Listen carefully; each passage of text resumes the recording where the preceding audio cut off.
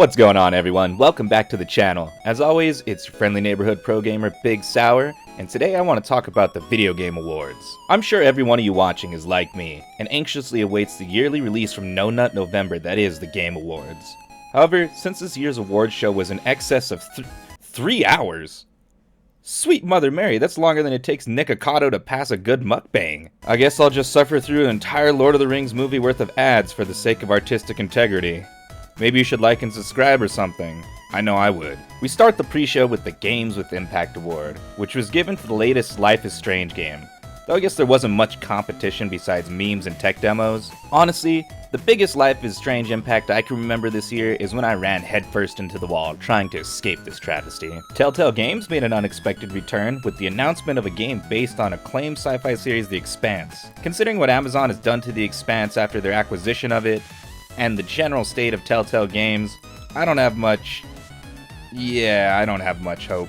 Bollywood Scott Pilgrim made its debut, promising more boyfriend-battling action than Granny can shake her cane at. Time to cook. While My Name Was McCree showed off a darker, edgier side of everyone's favorite cowboy. But Have a Nice Death killed the whole field with its charming premise and oddly comfortable atmosphere. Sting came out, not that Sting, and performed a live version of what could have been from the League of Legends show Arcane. I'll be honest, I've never played League of Legends, and I was gonna pass on the show, but Sting's performance made me think maybe I should give it a shot. Then the man, the myth, the Dorito Pope himself came out to officially kick off the show, demanding that we must build a better future in gaming. Yes, Fiorakili, king of the Cooler Ranch and master of Mountain Dew, I will do thy bidding. The future you're about to see looks absolutely incredible. He introduced Carlos Esposito, premier meme guest star of 2021. I am not a fan of this meme. He presented the Best Indie Game Award to Kenna, which also won Indie Debut for the studio. It's not the most innovative game they could have picked, but it definitely could have been worse. You killed your father and married your sister. Ninja Theory came out with a quote-unquote gameplay trailer for the Attack on Titan alternate ending. I'm a huge fan of giant stuff, so it was entertaining to me, but Ninja Theory has a hit-or-miss track record, and Jeff seemed to be trying really hard to convince me it was gameplay. That's gameplay. However, Senua 1 was definitely above average, so I'll at least be giving 2 a shot. Star Wars Eclipse had a cinematic trailer, but I honestly try not to get my hopes up for anything modern Star Wars. Bless Bethesda had a cheeky charity ad, spreading Christmas cheer with a load of game codes. Also, they're hiring. Hopefully all that Microsoft money can make Elder Scrolls 6 a reality before I become a grandfather. Quick interlude for Wonder Woman game.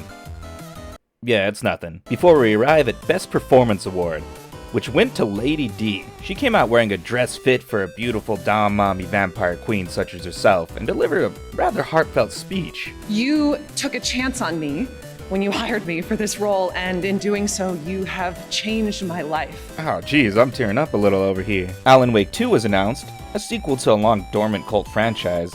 It promised a true survival horror experience, which there are very few of in modern gaming, and honestly, Alan Wake 1 was not. It is Epic exclusive though, since Sweeney shelled out the cash to produce it after all. The voice actor for the movie version of Sonic the Hedgehog came out and debuted a sequel trailer with Jim Carrey, live from his underground bunker. Do I look like I need your power? The lockdown has not been kind to old Sonny Jim, and I hope he gets the help he needs. Horizon 2 had a musical number, and Flute Guy taught us all the true meaning of swag. Final Fantasy VII Remake announced a new chapter. No wait, it's just the old chapter packaged with DLC. Why even announce that? Dave and Gaeta performed a Game Pass skit, which actually ran the risk of being funny, until Nadeshot and the Cringe crew showed up. I'll never forgive you people for making this a thing. Shang-Chi came out with some absolute boomer humor cringe. No, you did not, Master Chief! Before presenting Best Action Game to Returnal. Oh, snap, with the plasma sword? Thanks, Shang-Chi. Watching streamers on Twitch. More Destiny 2 on the way. But damn, whenever your trailer is lagging, that's a bad sign. I've never touched the game, and that's probably for the best. A few months ago, a Japanese game creator reached out to me and said, hey, I want to announce my next game at the Game Awards. The original creator of Silent Hill announced his new game, Slitterhead, which is being developed by his newly formed studio. Body horror is something that the East tends to do very well, and with a name like Toriyama at the head, I expect a modern cult classic at least. In a similar vein, The Dragon Age creator debuted Nightingale, yet another early access survival crafting sim. Beware of titles like this. EA stands for Early Access, Electronic Arts, and Extra Ass. The enigmatic Gollum game had a cinematic, and it seems like they're aiming for some sort of tower defense game a la Trapped. There's only one problem. Sweet jumpin' Joseph. PUBG announced that it will go completely free to play on January 12th. About 2 years too late. It was a good game for its time, but I don't expect many new players to choose PUBG over the other more advanced Battle Royale options. I have it on Game Pass and I haven't played it in a long time. Cuphead had a live band performance, a delightful little number to debut the delicious Last Course trailer. If you go back and watch one thing from the Game Awards, make it this. About an hour after the Sonic movie trailer, a new Sonic game was announced, with a realistic look and open world. While the design team is apparently being headed by the guy who developed Sonic Adventure's Chow Garden, it is still being designed by the Sonic team. I don't want to call it Sonic 06 Redux quite yet, but all the signs are there. The next award was a bit like Inception, as we had Jeff come out and introduce Kojima, who introduced the trailer for Nightmare Alley, which led into Guillermo del Toro introducing the award for Best Art Direction. He mentioned Silent Hill by name, a bit of a shout out to his and Kojima's work on PT. Certainly this award will be going to Psychonauts 2, or maybe the Artful Escape, right? I mean, it has heart in the title. Nope, Deathloop. Man, I hate this game. This stuff is rigged. Twitch even had to hit a 900% hype train to bury the rebellious chat. If you know what that means, it's a big deal. If you don't know, keep going. Twitch really knows how to use crowd psychology to their advantage. Nier Replicant won Best Score, Dream won Best Content Creator, and the People's Champion Joseph Ferris won Best Multiplayer Game for It Takes Two. Wisely, Jeff decided not to give him the mic. Genshin Impact. The Best Narrative Award went to Guardians of the Galaxy, another obvious political play, as recent Square Enix games have been exclusive to Epic Games Store, Epic being a main committee member of the Game Awards. Psychonauts 2 shafted yet again, and honestly, if anyone is working against gaming being a respected narrative medium, it's the larger corporate powers within it. Blowing up grenade factories. We had a debut trailer for Minecraft 2, Breath of the Wild, Tony Hawk, Assassin's Creed, Grounded, Guitar Hero, Maneater, Tchia. That footage is strictly classified. Then the Suicide Squad hacked the Game Awards, and jelking Jebediah Johnson was it cringe. Amanda Waller came out literally mauling, leaving me in a state of repulsion and convulsion before dropping those deuces. Waller out. What the fuck? The game looks decent though, like a mix between Square Enix's Avengers and Guardians of the Galaxy, with a lot more polish and focus. It looks fun. Next we had the Forspoken trailer, one of the first true Western isekais. I do not know how I got here. My lord, it's Black Knight all over again. It looks smooth and has impressive visual effects. I'll be watching this one warily. Warhammer 40k announced a sequel to the cult classic hack and slash Space Marine. Mostly a cult classic for being one of the few decent to good 40k games in a sea of failure. I guess you take what you can get when you love Warhammer. Saints Row Reboot had a gameplay trailer, which honestly impressed me with its visual fidelity. But New Saints Energy is undeniably cringe. It is so far removed from the classic tongue-in-cheek style of 1 and even 2 that it's really only Saints Row in name. Man, people have to be spending mad money in Fall Guys for this many collaborations to be happening.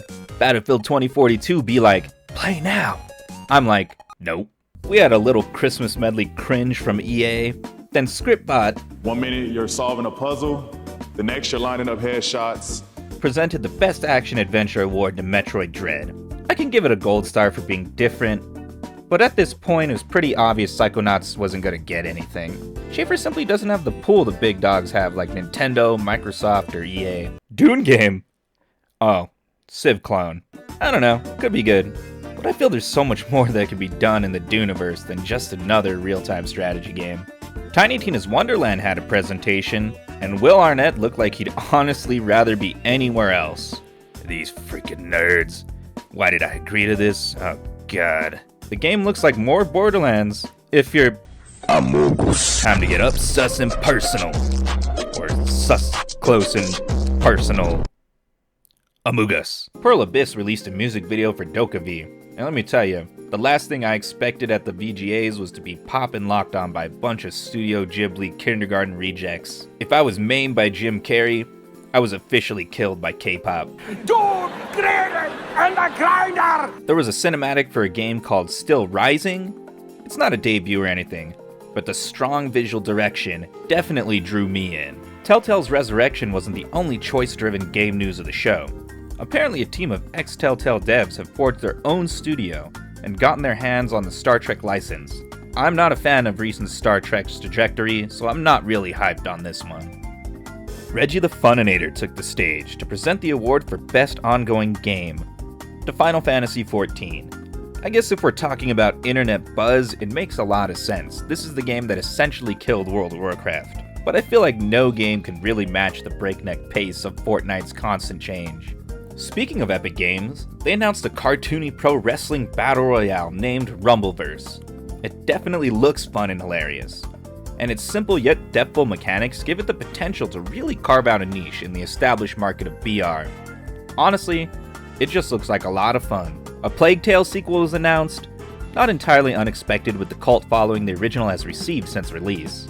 And there was a new Dying Light trailer, and I'm just wondering how much longer we're gonna have to keep using this Pixies song. You would think a couple decades would be enough.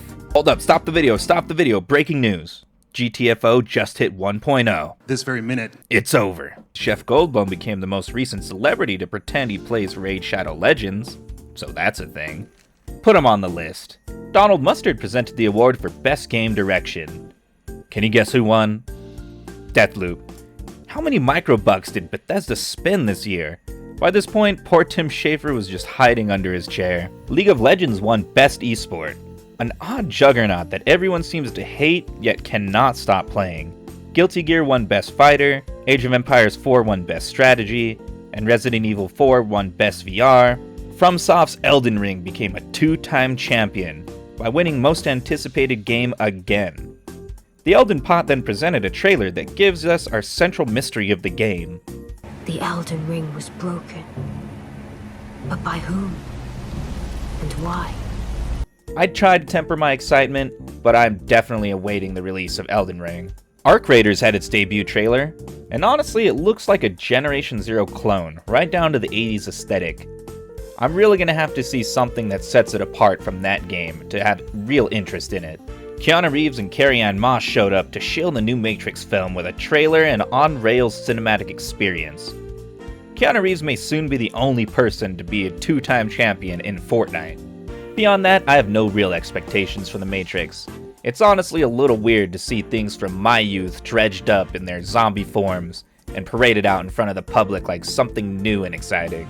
Then finally, Neil Druckmann, last year's Game of the Year winner for Last of Us 2, presented the 2021 Game of the Year, but not before a rockin' medley from the VGA Orchestra. Aw yeah. Aw hell yeah. Ooh, oh, guess who won? The People's Champ, baby, Joseph Ferris! His hands were shaking, but Deathloop was seething. I'm shaking, look at me, man. Thunderchat Ferris here literally telling Looper nerds to have sex. If you don't have children, go get them. I mean, this is the best thing that can happen. In all seriousness, I feel what Ferris creates is absolutely unique and contributes a great deal to gaming as an art form. It's just sad Psychonauts 2 couldn't get a mention, but I suppose that's the price to keep Deathloop from an undeserved Game of the Year. Don't get me wrong, it was a decent game, but it's not something many will return to in the future. This is like a big, big moment for me. And Neil, you're a big inspiration. Thank you, thank you. Wait a sec. Is that it? Is it over? I think I need to go lie down. If you finish this video, be sure to like and subscribe. I'll catch you in the next one.